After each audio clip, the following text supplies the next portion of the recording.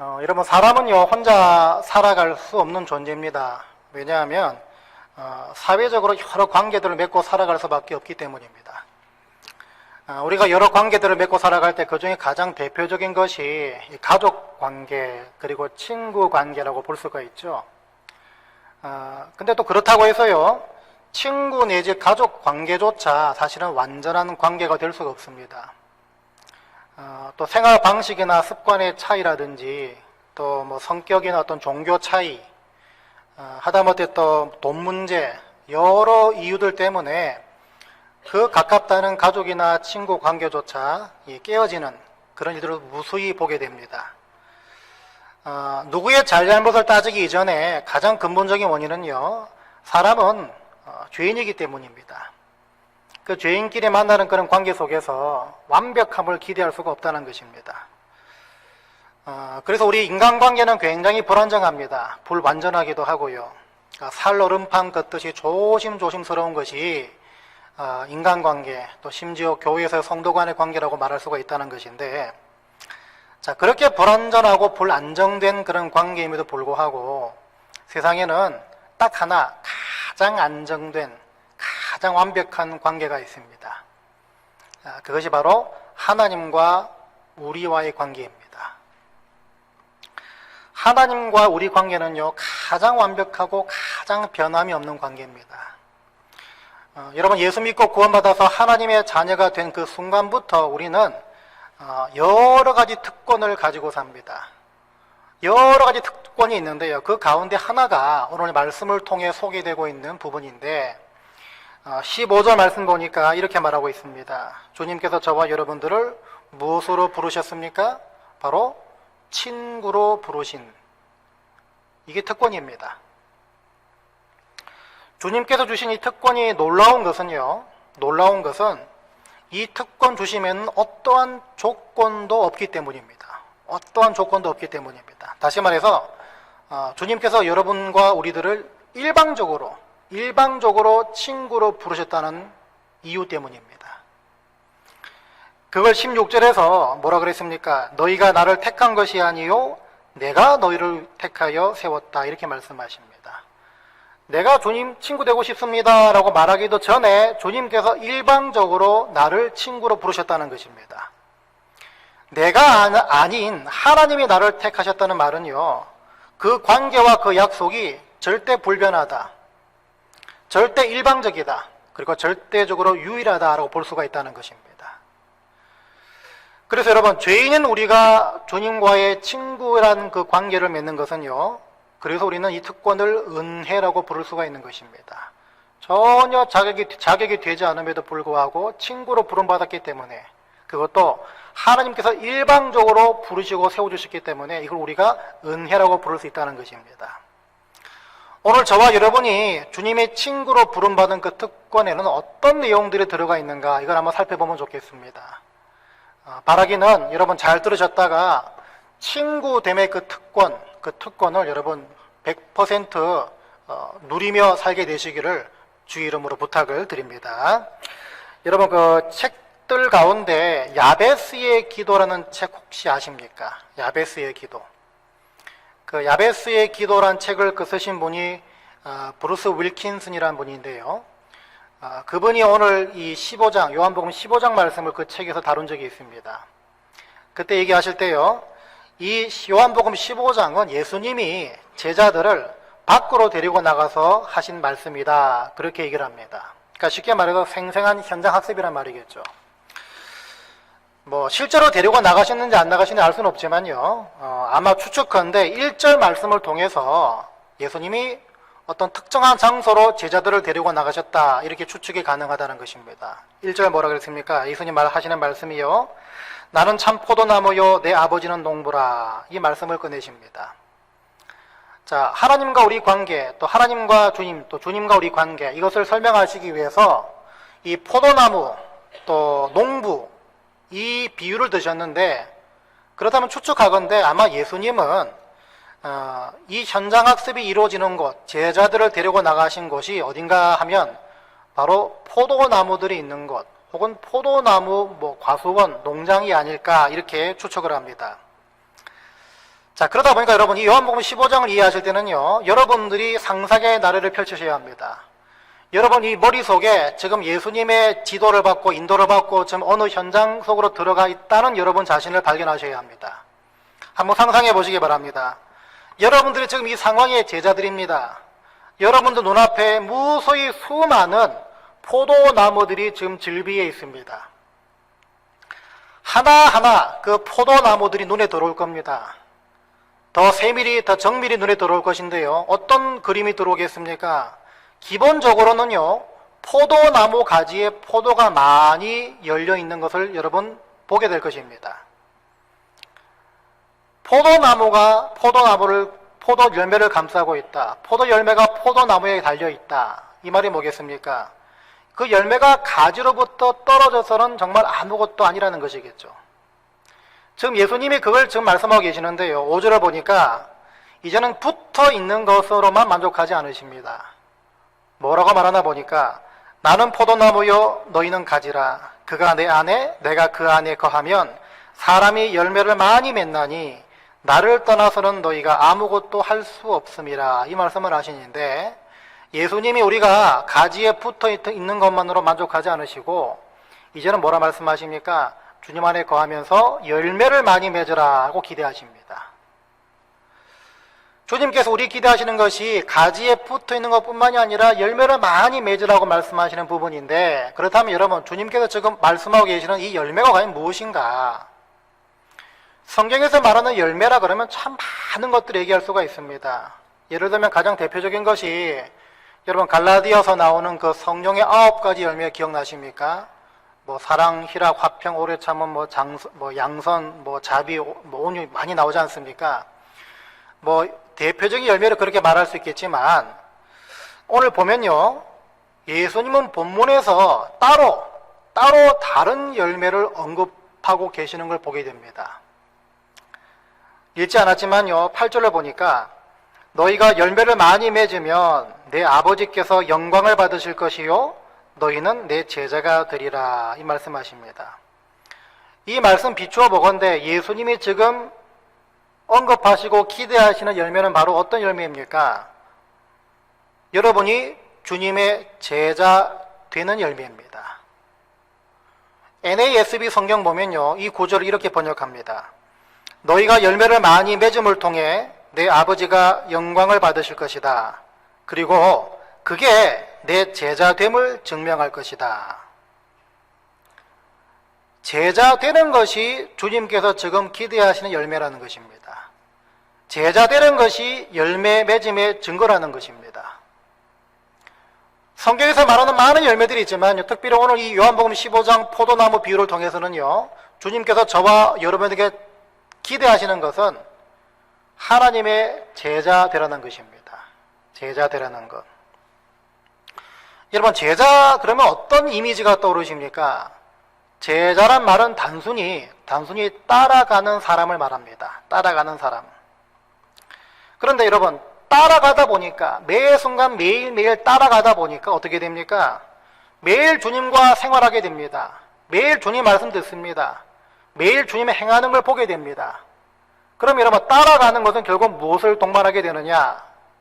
뭘 동반하게 되겠습니까? 예수님 닮아가는 열매를 동반하게 됩니다. 그래서 여러분 정리하자면요, 주님의 제자됨의 열매는, 주님의 제자 된다는 것은요, 곧 주님을 닮아가는 것을 말합니다. 주님을 닮아가는 것. 그럼 여러분 다시 처음으로 돌아가서요, 주님께서 저와 여러분을 친구로 부르신 그 부르심 안에는 무엇이 있습니까? 주님을 닮아가게 만드시는 계획들이 다 포함되어 있습니다. 근데 여러분, 이 주님 닮아가는 프로젝트는요, 내가 잘하면 이루어지고 내가 못하면 못 이루어지는 것이 절대 아닙니다. 오히려 주님께서 내가 주님 닮아가도록 저와 여러분들을 끝까지 포기하지 않으시고 이끄시고 결국에는 이루시겠다는 차원의 프로젝트입니다. 세상 논리대로라면요, 내가 어떤 프로젝트를 감당하게 될 때 내가 그 프로젝트를 매일매일 내가 감당하는 게 실패하고 있다 그러면 분명히 나는 그 프로젝트 맡은 그 자리에서 내려와야 합니다. 잘려야 됩니다. 그래서 나보다 더 유능한 사람에게 그 프로젝트를 맡기는 게 당연하겠죠. 안 될 놈은 미리 잘라내고 될 놈한테만 집중해야 되는 것이 세상 논리입니다. 그런데 주님은요, 저와 여러분들을 일방적으로 친구로 부르셨다고 말씀하셨습니다. 내가 선택하기도 전에 주님께서 먼저 나를 선택해서 세우셨다고 말씀하셨습니다. 그 논리라면요, 내가 주님 닮아가는 그 프로젝트는 주님이 나를 선택하신 그 관계에 늘 묶여 있습니다. 매여 있습니다. 이게 무슨 말인가 하면요, 주님 닮아가는 그 프로젝트는 내가 하는 게 아니라는 것입니다. 주님이 내가 주님 닮아가도록 처음부터 끝까지 끌고 가시는 프로젝트라는 것입니다. 그러다 보니까 주님은 그 여러분들이 주님 닮아가는 그 프로젝트를 절대 포기하지 않는 분이시라는 것입니다. 왜냐하면 주님께서 여러분들을 친구로 먼저 선택하시고 세워주신 그 관계가 선행이 됐기 때문입니다. 그래서 주님께서 그 프로젝트를 중도 포기하신다는 것은요, 여러분과의 그 친구 관계가 끊어진다는 말과 똑같은 것이고, 주님은 실수가 많은 분이라는 것을 드러내는 꼴이 된다는 것입니다. 근데 아시다시피 주님은 절대 실수하지 않는 분이십니다. 그렇기 때문에 주님 닮아가는 프로젝트는 한치 오차도 없이 지금도 그리고 앞으로도 주님의 중도 포기 없이 친히 끝까지 어떻게든 끌고 가시는 차원의 프로젝트라는 것입니다. 그러면 여러분 좀 이상한 게 있습니다. 한 가지 이상한 부분이 하나가 눈에 띕니다. 그렇게 끝까지 포기하지 않으시고 끝까지 어떻게든 끌고 가시겠다는 차원의 프로젝트인데, 어떻게 열매 맺지 못하면 가차없이 제거해버리겠다, 그 말을 하실 수가 있냐는 것입니다. 2절을 보니까요, 무릇 내게 붙어있어 열매를 맺지 아니하는 가지는 아버지께서 그것을 제거해버린다라는 말씀이 나옵니다. 이 말씀대로라면 이 자리에 온전히 앉아 계실 만한 분 아무도 없습니다. 너희들 열매 맺지 못하면 완전히 내가 제거해버리겠다. 근데 다 앉아 계시지 않습니까? 이게 무슨 말이겠습니까? 예전에 한번 성경 공부 때 이 말씀을 다룬 적이 있습니다. 여기서 제거한다의 동사가 헬라어로 아이로란 동사를 쓰는데요, 이 아이로란 동사는 정확히 말해서 제거한다 이 뜻이 아니라고 합니다. 이 아이로의 동사의 원뜻은 들어 올린다, 집어 올린다 라는 뜻입니다. 그러니까 리프트 한단 말이죠. 집어 올린다, 들어 올린다, 그 뜻이라고 합니다. 자, 그래서 2절 말씀은 원래 이렇게 해석할 수가 있습니다. 예수님이 지금 제자들을 데리고 나가서 포도나무 농장으로 데리고 오셨습니다. 현장 학습을 하고 계시는데 쭉 둘러보니까요, 거기 포도나무에 포도가 맺혀 있는 광경을 보니까 전혀 예상치 못한, 어떻게 보면 굉장히 흔한 모습이 눈에 띕니다. 어떤 가지들은 축 처져 있습니다. 어떤 가지들은 축 처지는 걸 뛰어넘어서 땅이 그냥 널브러져 있습니다. 원래 이 포도나무 가지들은요, 땅 위를 기어가는 그런 성향이 있다고 합니다. 근데 그렇게 되면 열매를 맺지 못하거나 열매를 맺더라도 좋은 열매를 맺지 못한다고 합니다. 왜냐하면 땅에서 가지와 잎들이 먼지와 흙에 쉽게 덮이기 때문이고요, 비라도 많이 오게 되면 그 열매에, 그 땅에 축 처져 있는 그 가지 열매 위에 곰팡이까지 쓴다고 합니다. 그러다 보니까 그때마다 땅에 기어다니는 가지, 땅으로 축 처진 가지, 흙과 먼지가 묻은 가지를 농부들이 볼 때마다 하는 일이 뭔가 하면, 그 축 처져 있고 땅에 박히는 그 가지들을 끌어올려가지고, 집어 올려가지고 울타리에다 묶어주는 일이 바로 농부들이 하는 일이라고 합니다. 이게 아이로의 뜻인데, 그렇다면 뭘 의미하겠습니까? 하나님은 저와 여러분 가운데 떨어진 가지들, 열매 맺지 못하는 가지들, 땅을 기어다니는 가지들, 더러워진 가지들, 이것들을 그냥 방치하거나 제거하지 않으신다는 뜻입니다. 오히려 그런 가지들이 더 열매를 풍성히 맺을 수 있도록 들어 올려 아이로 해서 씻어 주신다는 것이죠. 여러분, 그래서 이 2절의 아이로는요, 주님이 저와 여러분들을 주님 닮은 제자 될 때까지 절대로 포기하지 않고 어떻게든 끝까지 끌고 가시는 가장 대표적인 방법으로서의 말씀이라는 것입니다. 여러분들이 주님으로부터 이런 케어를 받고 계시는 분들이십니다. 참 놀랍지 않습니까? 내가 왜 무엇이 간데 수많은 가지 가운데 그냥 툭 떨어져 있으면 아이고 뭐 열매 맺는 가지 저렇게 많은데 저거 뭐 큰 상관이 있겠냐, 그냥 지나쳐도 할 말이 없는 존재들인데 그런 가지들을 하나하나 찾아다니면서 끌어올려가지고 묶어주시고 또 열매를 많이 맺게끔 책임지신다는 것입니다. 주님의 이런 케어를 받고 있음에도 불구하고요, 우리는 여전히 밑으로만 기어가려는 본성과 죄성 여전히 남아 있습니다. 때로는요, 살다가 예기치 않게 만나는 그 흙과 먼지 같은 존재, 여러 가지 어려운 일, 낙담하게 만드는 일, 의심하게 만드는 일, 하나님을 부정하게 만드는 여러 가지 상황들 부딪히게 됩니다. 그런 진흙, 그런 먼지 묻습니다. 그러면 말씀드린 것처럼 열매 맺기가 참 힘이 들어지죠. 주님 닮기가 정말 어려워진다는 것입니다. 그뿐이겠습니까? 이 들어올리고 깨끗이 씻어주시는 것, 우리가 기도하는 때와 우리가 기대하는 방법, 이것으로 되지 않을 때가 있으면 그땐 주님을 원망하기 시작합니다. 여러분, 딱딱하게 굳어진 흙이 너덜너덜한 입을 다치게 만들죠. 그럼 우리는 하나님 왜 지금 와서야, 이제 와서 지금 이러십니까? 너무 늦은 거 아닙니까? 불평할 때가 있습니다. 어떨 때는 입에 묻은 흙을 씻어줄 때 물로 씻기도 하지만 툭툭 털어주실 때가 있습니다. 그러면 또 우리 불평합니다. 하나님, 그렇게 하면 다칩니다. 제 이빨이 찢어지잖아요.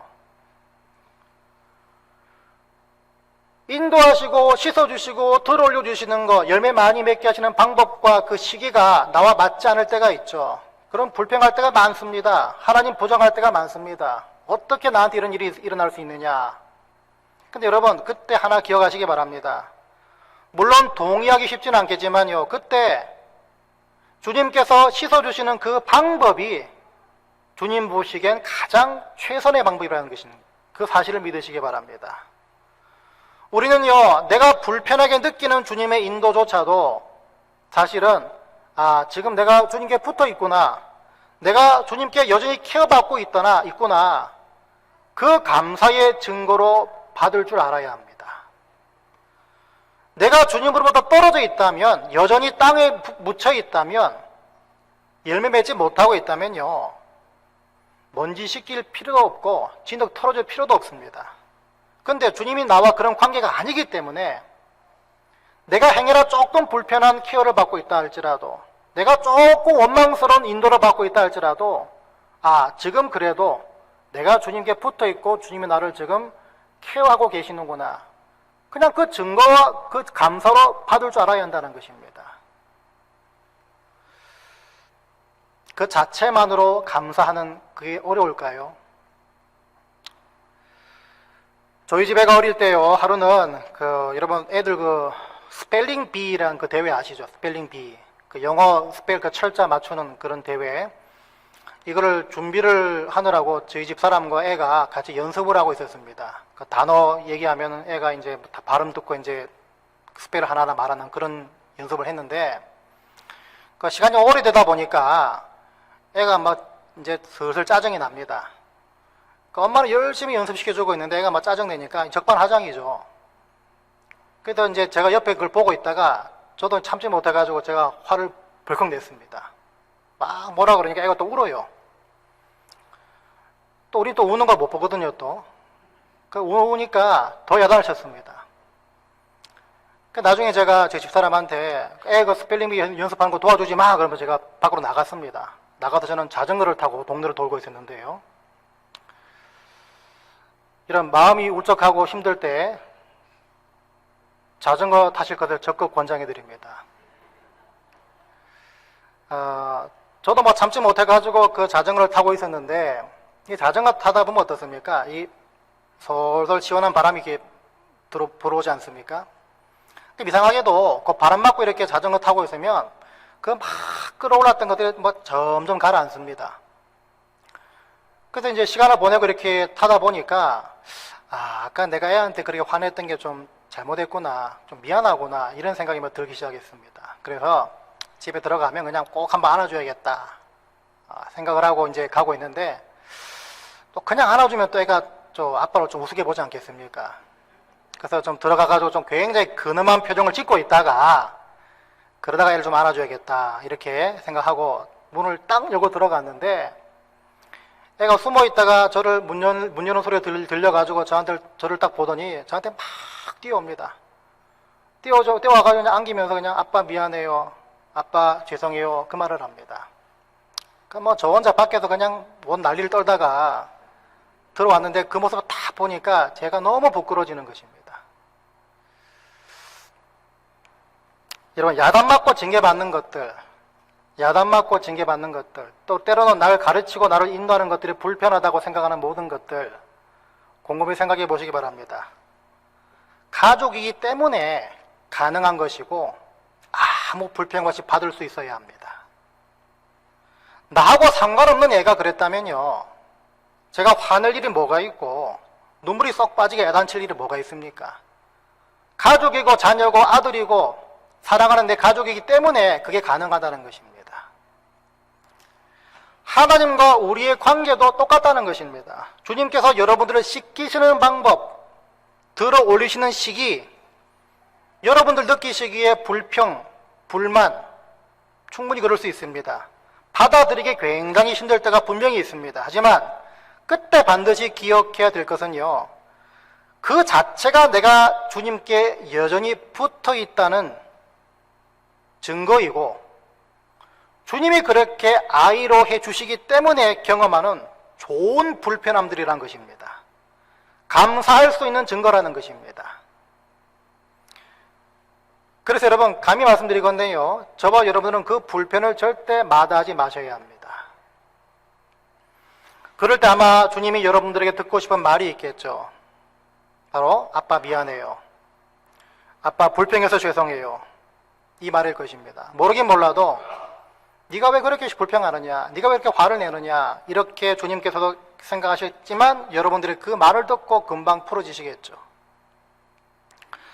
중요한 것은요, 우리는 매일매일 이런 부딪히고 얽히고 상처나고 상처받고 이런 과정들을 거치면서 주님을 알아가고 주님의 제자돼가고 더 나아가서 주님을 닮아간다는 것입니다. 이게 바로 저와 여러분을 친구로 불러주신 주님이 저와 여러분들을 끌고 가시는 방법인 동시에 특권인 것입니다. 주님이 책임져 주시기 때문에 이런 삶을 살 수밖에 없다는 것입니다. 주님께 속하지 않은 분들은 이런 삶을 살 수가 없습니다. 이런 건강한, 좋은, 감사한 불편함을 경험할 수가 없다는 것입니다. 여러분, 그래서 어떤 상황에서도 주님을 닮게 만드는 그 프로젝트를 절대 포기하지 않으시는 그 하나님을 여러분들이 힘써 경험하게 되시기 바랍니다. 어떻게 해요? 억울하고 화나는 일 생기면 여러분들을 위해서 십자가를 참으신 주님을 닮아가시기 바랍니다. 관계 문제, 재정의 문제, 또 여러 가지 진로의 문제라든지 건강의 문제들이 쌓여 있습니까? 그런 상황에서 어떻게 주님 닮아갈 수 있겠습니까? 기도하신 주님을 닮아가시기 바랍니다. 그냥 기도가 아니라 그 상황 가운데 늘 하나님의 뜻을 구했던 주님의 기도를 닮아가시기 바랍니다. 여러분, 주일 예배 드리는 것, 주일 성수, 가장 기본적인 것, 이것조차 흔들리고 계십니까? 삶의 우선순위가 주님보다 자꾸 내 중심적으로 흘러가는 분이 계십니까? 눈앞에 잠시뿐인 것보다 영원한 것을 붙잡으셨던 주님을 닮아가시기 바랍니다. 제가 지난 수입회 때 그 갈렙에 대해서 말씀을 잠깐 드렸었는데요. 여러분, 갈렙 아시죠? 이 산지를 내게 주소서. 여호수아와 함께 뛰어난 리더 중에 하나 있지 않습니까? 근데 이 갈렙을 성경에 소개할 때마다 늘 관용 어구처럼 붙는 말씀이 있습니다. 갈렙은 여호와를 온전히 쫓았다. 온전히 쫓았다는 말이 수없이 반복됩니다. 이 갈렙이 소개될 때마다 늘 온전히 쫓았다, 이 말씀이 계속 반복되는데요. 이 온전히 쫓았다는 그 말을 가지고 많은 목사님들 또 성경학자들이 공통적인 그 말을 전합니다. 그게 뭔가 하면요, 여기서 온전히 쫓았다의 온전히가 사실은 부사가 아니라 동사라는 것입니다. 무슨 동사가 아닐까요? 이 온전히의 뜻이 가득 채우다 뜻이라고 합니다. 가득 채우다. 그러니까 갈렙이 주님을 쫓을 때, 하나님을 쫓을 때 온전히 쫓았는데 그 쫓아감에 늘 가득 채움이 있었다는 말인데, 그 말이 무슨 뜻인가 보니까요, 누가 누구를 쫓아갈 때, 누가 누구를 따라갈 때 항상 그 거리가 생깁니다. 거리가 생기지 않습니까? 근데 이 갈렙은 하나님을 쫓아갈 때 그 거리를 가득 채웠다는 것입니다. 그 말이 뭐겠습니까? 바짝 따라붙었다는 것이죠. 하나님께 순종할 때, 주님을 따라갈 때 늘 가깝게 바짝 붙어가지고 따라갔다는 것입니다. 여러분, 바짝 따라가다 보면 어떤 일이 생깁니까? 앞서가는 사람의 말을 정확히 들을 수가 있고요, 앞서가는 사람의 그 행동을 내 시야에 다 담을 수가 있습니다. 거리가 두고 그 틈이 벌어지면요, 담을 수가 없고 들을 수가 없다는 것입니다. 갈렙이 그렇게 엄청난 평가를 받았던 그 근본적인 원동력 가운데 하나가 바로 하나님을 바짝 붙어서 쫓아갔기 때문이란 것입니다. 바짝 붙어 쫓아가다 보면 어떻게 되겠습니까? 아까 여러분 제자의 정의를 말씀드렸죠. 그러면 앞서가는 분을 닮아갈 수밖에 없다는 것입니다. 여러분, 주님께 바짝 붙어서 따라가면서 어떠한 틈과 거리도 두지 마시기 바랍니다. 예배에 틈이 벌어지고 있습니까? 바짝짝 쫓아가십시오. 기도에 거리가 생기고 있습니까? 고삐를 바짝 당기는 가운데 열심히 주님께 붙으시기 바랍니다. 겸손과 낮아짐의 틈이 생기고 계십니까? 순종의 틈이 자꾸 생깁니까? 다른 방법 없습니다. 주님께 바짝 붙어야 됩니다. 그래야 주님을 닮아가기 때문입니다. 이걸 아신 이상 주님께 나와 예배 드림을 늘 사모하시고 이 자리와 이 시간을 늘 그리워하는 분들 되시기 바랍니다. 그래야만 여러분 자신을 자꾸 말씀 앞에 노출시켜야 주님을 닮아가는 그 특권을 누릴 수가 있기 때문입니다. 여러분, 일상 곳곳에서 발견되고 있는 주님의 그 주님의 흔적을 늘 찾으셔서 계속해서 주님 닮아가게 되시기 바랍니다. 여러분, 그 주님 닮아가는 그 프로젝트 주님 절대로 포기하지 않으십니다. 때로는 가혹하다 할 정도로 여러분들을 내몰고 매몰차게 끌고 가십니다. 하지만 그건 감사의 불편함입니다. 감사의 제목에 불만일 수가 있습니다. 하지만 그걸 누리시기 바랍니다. 그 특권을 열심히 붙잡고 누리심을 통해서 이 시대에 하나님께 쓰시는 제자 같은 개인과 가정들 다 되시기를 주의 이름으로 간절히 축원드립니다.